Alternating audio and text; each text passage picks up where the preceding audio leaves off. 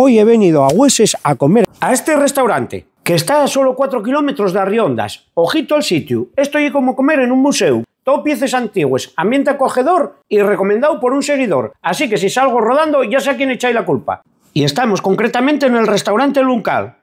Comenzamos con estos patatines rellenos de carne guisada, con huevo y pimientos.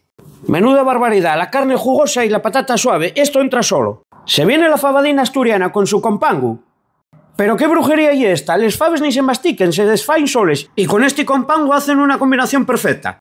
Bacalao a la plancha con su guarnición de patatines y ensalada, a ver si está tan bueno como para hacerme olvidar que la ensalada existe.